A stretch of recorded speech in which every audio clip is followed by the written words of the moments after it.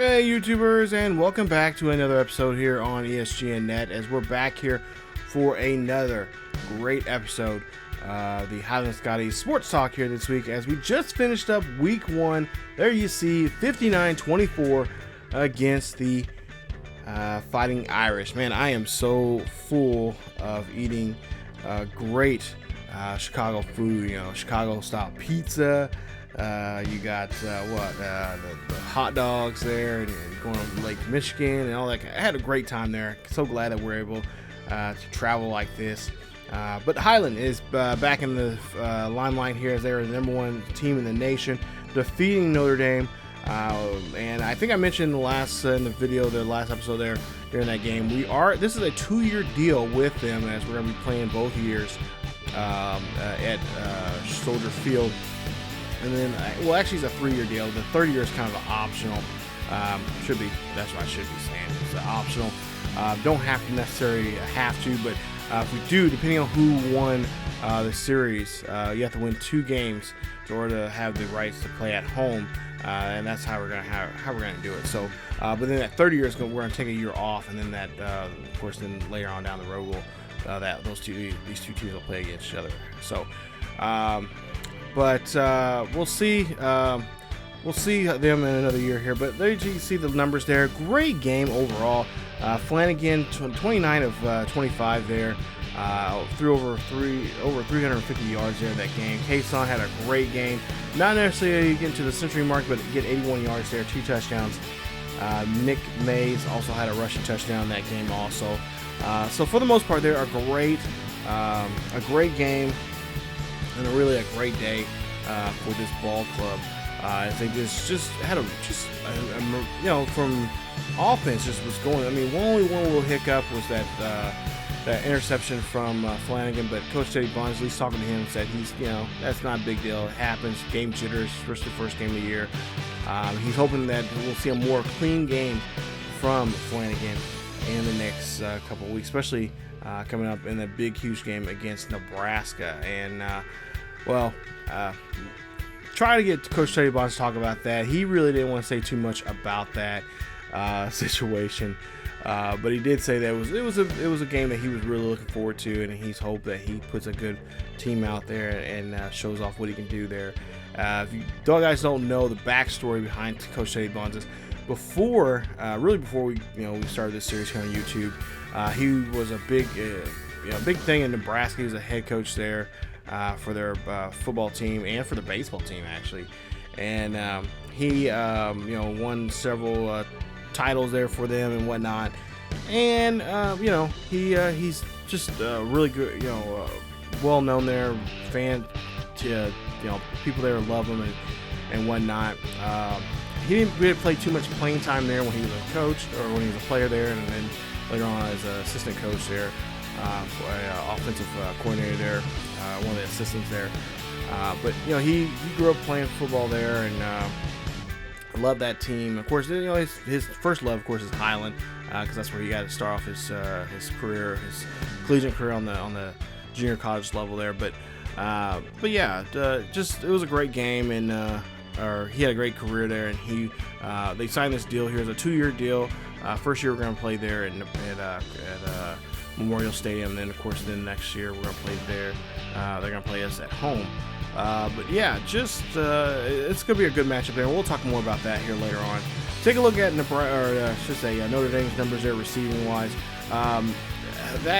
Boykin, I was not joking about him being a dangerous threat there. He was a dangerous threat. Over 150 yards there in that game, 8 catches there from him, and he had a passing touchdown there. A nice job there, or I should say a receiving touchdown. Take a look at the defense there. Defense wasn't as dominant as I thought they would be, at least on paper there. We've seen they were A's, I think, pretty much across the board there, but just had a really rough go there for the most part there. And it happens, first game there. So next year we'll be at the same 2 teams, same area, but next year we'll play as the home team instead of the away team.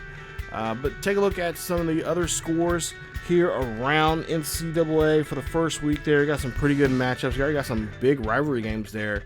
There you see BYU got defeated by Nebraska 34 28 last week there in week 1 there. And of course, Highland would like to go in there and just really disrupt some things for them and cause some issues. Take a look at some others there. Colorado State against Colorado. Colorado gets defeated by Colorado State 52-18 in that game. And then, of course, we got some other games. Stanford and Northwestern. An overtime win there for Stanford, 30-24. Missouri stomps Memphis 41-7. And then Baylor in a close one with SMU 45-38 in that one. Overtime loss there to Tennessee, to Ole Miss 37-30. I can't believe I must have set the when we started this series, kind of getting out of character now. This season, I guess I put SEC starting their games in week 1, so I might have to change that to maybe like week 4 or 5, something like that. Change it up some, but take a look here. Alabama, they win in a close game there against Wisconsin there, 35-28 there. So take a look at the top 25 right now. Highland's still at number 1 there. They defeated now number 16 Notre Dame. Last week they were number 10, so they have dropped down 6 spots. Clemson, they're at number 2 still. They have not played a game yet. Neither has Washington, number 3. Alabama, of course, now number 4. Locking in their same spot they were in last week. USC taking on, they're at number 5. Stanford, Auburn, Florida State, Texas, Penn State, Michigan, Ohio State, NC State, Miami, Michigan State, Notre Dame, like I said, number 16, Arizona, UCLA, Kentucky, Minnesota, wow, Texas A&M, and then look at the number team that got dropped out. Was the number 25 last week. We'll be playing them here in about a week or so, and that's LSU. So nice to see that happening on them.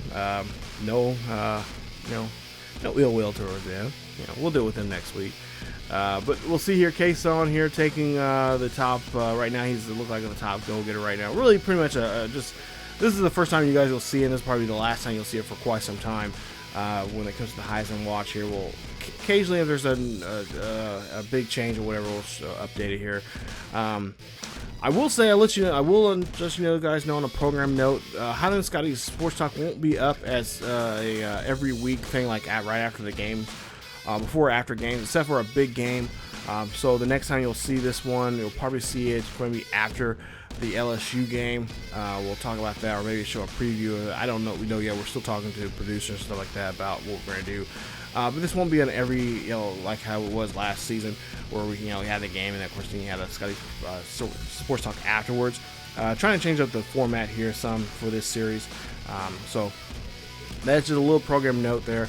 I'll let you guys know when we're going to have a Scotties special episode, especially when there's recruits. So once we get started getting some recruits and get into that recruiting battle, stuff like that, we'll talk more about that as we go along here. But take a look there. Honors for Independent Players of the Week there. Of course, Barrow and Flanagan.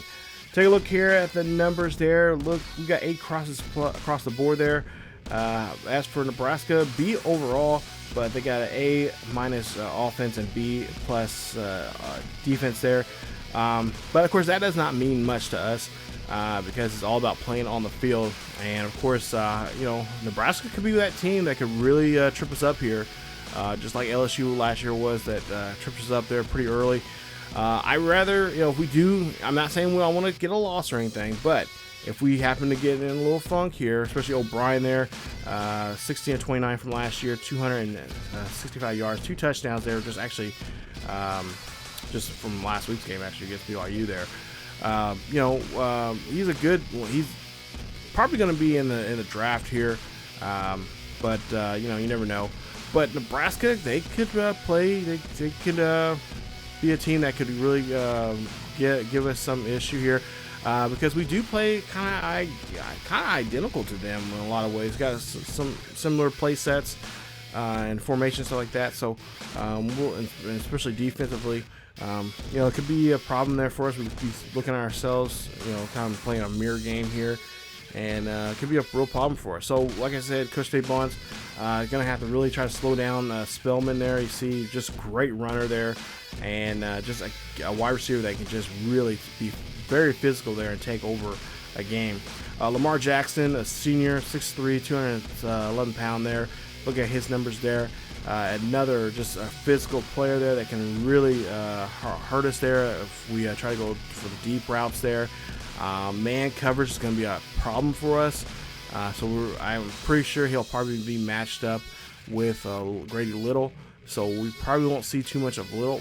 If not, I imagine we'll probably have him go against the tight end situation. So that'd be Flanagan or Cannon there. So we'll probably have to try to throw under the coverage there a lot of times there, and really try to remove the ball there. We'll try to see get our running game going, because you remember last week our running game first half was not too good. We only had 27 yards in that first half there. So the running game may become a big thing for us next week. I'm not saying that we're going to shy away from the passing game, but we're just going to have to make sure we just don't go too deep and try to keep the minimum range to maybe even short routes. But there you see Trey Bryan, the halfback there for them, a great halfback, junior red shirt there. And he's got some pretty good, only playing 2 seasons here, but some pretty decent numbers there. He's also, of course, always, running game's always a threat for us, as we're not always that great defending the run here. So far, the last couple of games now, going back even from last season, we've been doing pretty well for ourselves there. And we'll try to see if we can continue that here. But Trey Bryan is one of those just decent guys out there. Great speed, great acceleration there, and great awareness there. So carrying's also top notch there. So he's definitely going to be a huge, a tiny back, but a guy that's just going to be a back that's going to really pound the ball as much as he possibly or needs to here to get into the end zone. We'll go on ahead and see there more of his attributes there. But yeah, pretty solid halfback there. Kind of a hot halfback that you want back in the backfield. Patrick O'Brien, junior red shirt there, 6'4", 232 pounds. He can see the field. He has great vision there. Of course, 6'4" there. He can see pretty much anywhere. His third year playing. There you see there his numbers there so far here. QB rating just over 120. And there you see his completions there, just around that 50% mark there. And there he's been sacked so far. He was sacked 3 times just last week there in that BYU game. Excuse me, but was successful in that one, beating them at home there. And of course, playing against a top, especially the top school in the nation here, the eyes are going to be on us, especially when you're not even ranked. And you're playing against a former coach that used to be there. You want to dig into that team, and especially get into their skin and get them going there. So I wouldn't be surprised if Nebraska really tries something right off the beginning of the game on offense there to really try to just say, hey, welcome to Nebraska. Get ready for a long day. So Avery Roberts there, a middle linebacker there, a guy that we're going to definitely have to watch out there. Great, look at that play recognition there, tackle, just right there. Great speed there for his size there, 6'1", 235 pounds, and also pursuit. So he is definitely a guy that up the middle there, I'm very, very going to be very cautious. I think Coach Teddy Bonds, at least talking to him about that, he said that he's going to be very cautious about that situation, being up the middle there. Even though they can't really throw too much vertically because of Lamar Jackson, they are definitely going to be watching out in that middle of the field there.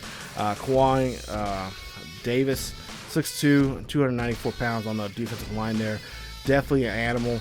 He's only got 3 sacks as a career so far here, but he is definitely one of those red shirt guys that they've kept around there for a while. And then the reason why, because this kid can play on the line and definitely probably just rip our poor Flanagan apart there.